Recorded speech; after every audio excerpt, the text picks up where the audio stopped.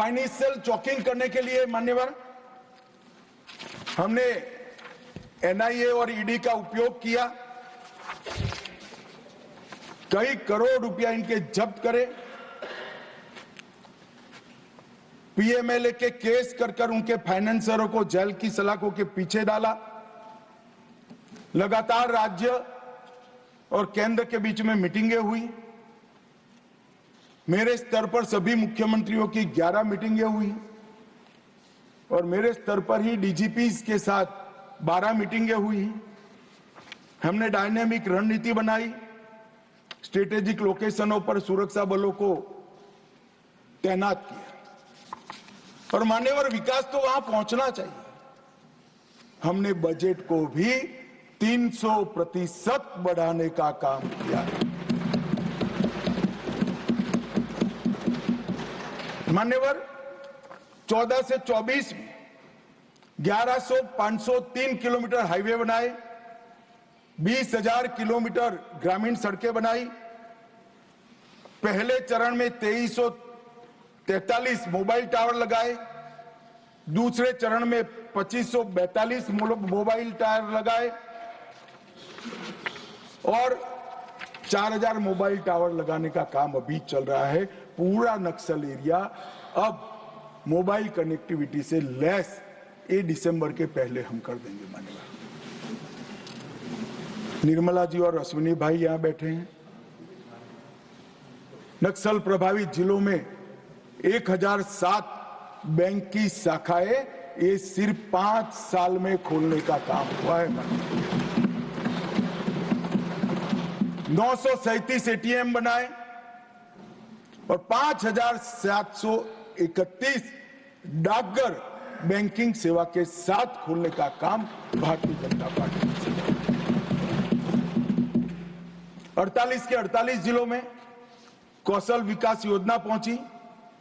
NIA का एक मजबूत वर्टिकल बना। 1143 वहीं से ही आदिवासी युवाओं को भर्ती करके सुरक्षा बलों में लिया और हमने 6 नए हेलीकॉप्टर वहां जवानों के रेस्क्यू और रिहेबिलिटेशन के लिए बनाए। इंजर्ड होते ही इसको अस्पताल में लिया जाए, जो रात को भी उठ सकते। और इसका परिणाम ये हुआ है कि आज नक्सलवाद धीरे धीरे सिमटता जा रहा है। मान्यवर, और मैं इतना कहना चाहता हूं कि जो मारे गए हैं उसमें बहुत सारे इनके प्रमुख नेता हैं। इसके कारण उनका पूरा आंदोलन चरमरा गया है, एकदम चरमरा गया है और कई सारे करोड़ों के रुपया के इनाम थे, ऐसे लोग सरेंडर भी हो गए।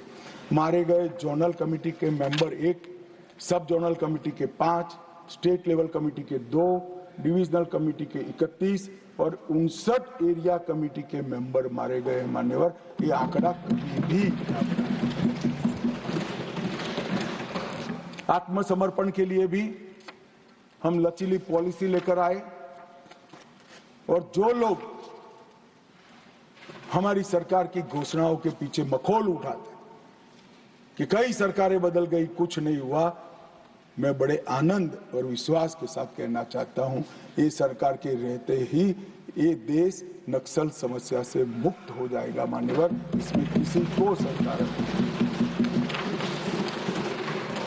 जब इच्छा होती है तो बहुत कुछ होता है, मगर इच्छा होना बड़ा महत्वपूर्ण होता है। मान्यवर, नॉर्थ ईस्ट की समस्या को भी कमोबेश हम समाप्त करने के कगार पर है। मान्यवर, वहां पर भी हिंसक घटनाओं में 70% की कमी, हताहत सुरक्षा बलों में 72% की कमी और हताहत नागरिकों की संख्या में 85% की कमी हमने। हमारी सरकार आने के बाद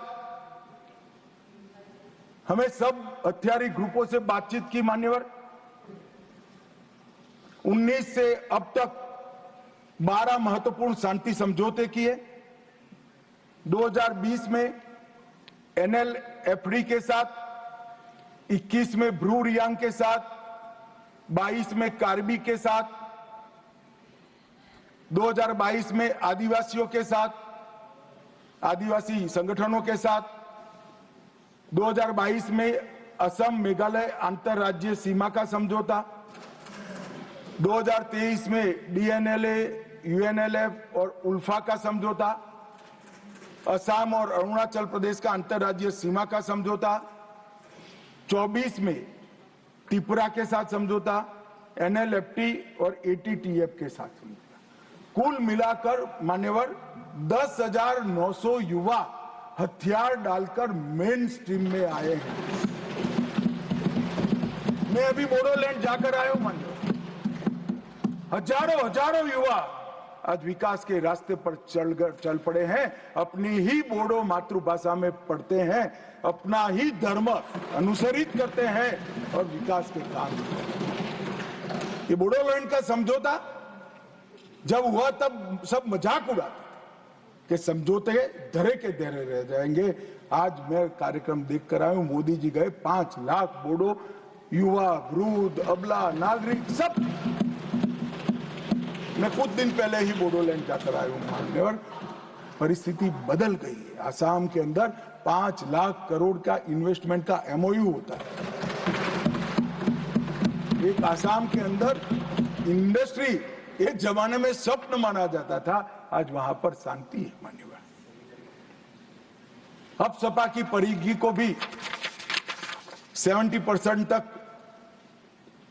हमने कम कर दिया है और मान्यवर ब्रू पुनर्वास समझौता जो है, मैं सदन का ध्यान जरूर देना चाहता हूं, क्योंकि अपने ही देश में मिजोरम से भागकर त्रिपुरा में बिल्कुल दयनीय जीवन जीने वाले अपने ही आदिवासी भाई थे मान्यवर। एक घर में, एक झोंपड़ी में, घर तो क्या होता है, एक झोंपड़ी में 18 लोगों का परिवार रहता था मान्यवर, और राहत के नाम पर यहां से पर व्यक्ति 2 किलो चावल जाता था।